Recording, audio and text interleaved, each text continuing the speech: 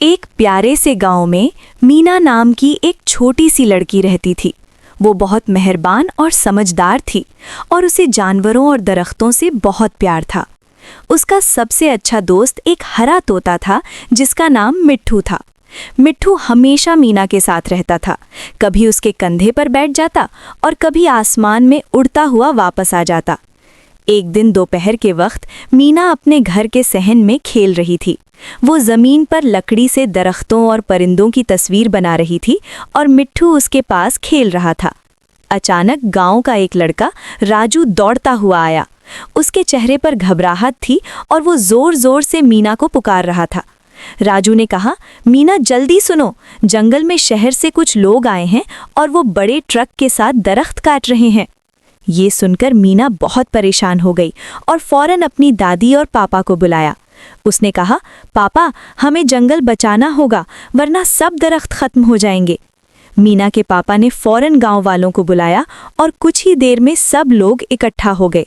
सबके चेहरों पर फिक्र थी क्योंकि जंगल उनकी जिंदगी का हिस्सा था। मीना ने हिम्मत से कहा, हमें सब मिलकर जंगल जाना चाहिए और उन लोगों से बात करनी चाहिए। सब लोग जंगल की तरफ चल दिए।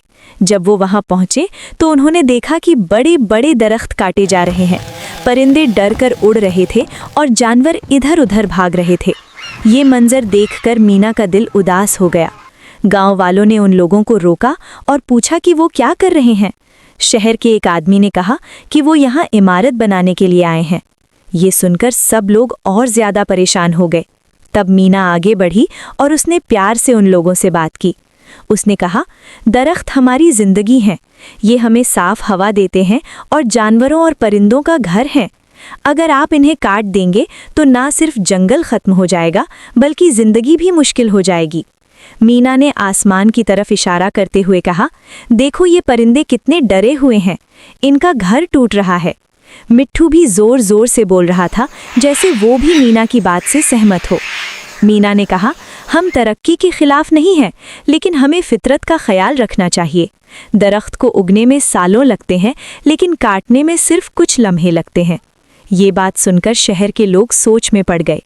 उन्होंने इधर उधर देखा और महसूस किया कि वो गलत कर रहे हैं। उनके लीडर ने कहा, मीना तुम बहुत समझदार हो, तुमने हमें सच्चाई दिखाई है। उन्होंने फौरन काम रोक दिया और कहा कि वो जंगल को नुकसान नहीं पहुंचाएंगे। सब मशीनें बंद हो गईं और लोग अपना सामान बांध करके वापस चले गए। धीरे धीरे जंगल में सुकून वापस आ गया। परिंदे वापस दरख्तों पर बैठ गए और जानवर भी अपनी जगह पर आ गए। मिट्ठू खुशी से उड़ता हुआ मीना के पास वापस आया। गांव वाले बहुत खुश हुए और सब ने मीना की तारीफ की। उसके पापा ने फख्र से उसके सर पर हाथ रखा और दादी मुस्कुरा दी। उस दिन के बाद गांव वालों ने वादा किया कि वो हमेशा दरख्तों की हिफाजत करेंगे और नए दरख्त भी लगाएंगे।